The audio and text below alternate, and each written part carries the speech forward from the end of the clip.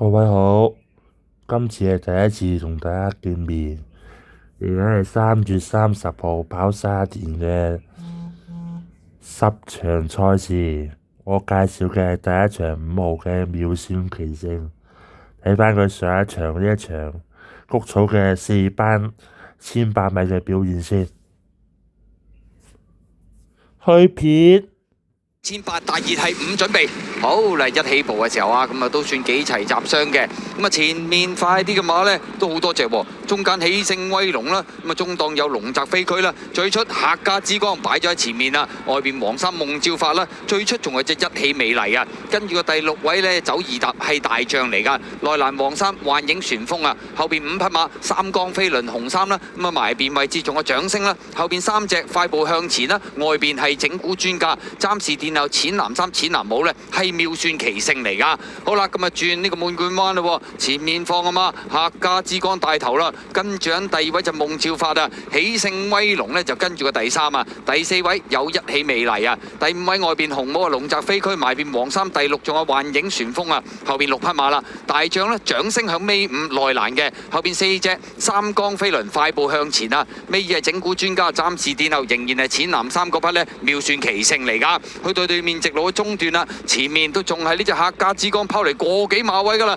夢照發第2位啊，埋邊第3有喜勝威龍啊，大熱門第4位啊，外邊一起美麗啊，咁啊再見到第5位有龍澤飛駒啦，大將騎上嚟第6啦，後邊嘅馬有掌聲，外邊三江飛輪啊，急劇墮退係夢照發啊，後啲嘅馬快步向前整蠱專家，包咗落尾仍然妙算奇勝嚟噶，好啦轉彎入直路咁滯啦，客家之光再撳住入嚟噶，喜勝威龍第2位，外邊有一起美麗啊，第4位攝入邊有大將啦，外邊位置追仲係龍澤飛駒啦，後多層啊嘛，中間係掌聲，出邊追上嚟係三江飛輪啊，最後200米到啦，見到一起美麗就已經係透出咗，埋邊客家之光啊，馬林中間穿上嚟有大將啊，外邊係龍澤飛駒，最出係妙算奇勝啊，接近終點啦，一起美麗掟甩贏啊，第2名外邊追上嚟妙算奇勝，過唔過到隻龍澤飛駒呢？咁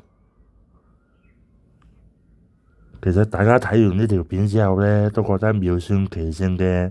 難度呢係比佢上一次上名呢仲更加犀利。你可以見到就係轉彎呢，先有夢照發墮退啦，跟住有琴晚跑第3嘅幻影旋風都係墮退。佢入直路初期仲俾隻整蠱專家掉一掉，都依然佢可以追復翻啲失地，輸俾嗰隻一起美麗。啱啱跑打比跑到不知所謂嗰隻一起美麗啦，咁今次馬房安排呢隻妙算奇勝跑呢個田草嘅2000米，按照佢個血統上2000米可能會比1800米仲更加好。希望今次就唔使話要蝕到咁外苦咁外，希望可以幫隻馬交代翻一場啦。畢竟始終連續2場1800米都有個咁嘅追勢，可能到時會熱就熱咗啲，但係都冇辦法。所以我今次第一期嘅推介就係呢隻頭場嘅5號妙算奇勝，希望幫到大家啦嚇，多謝多謝。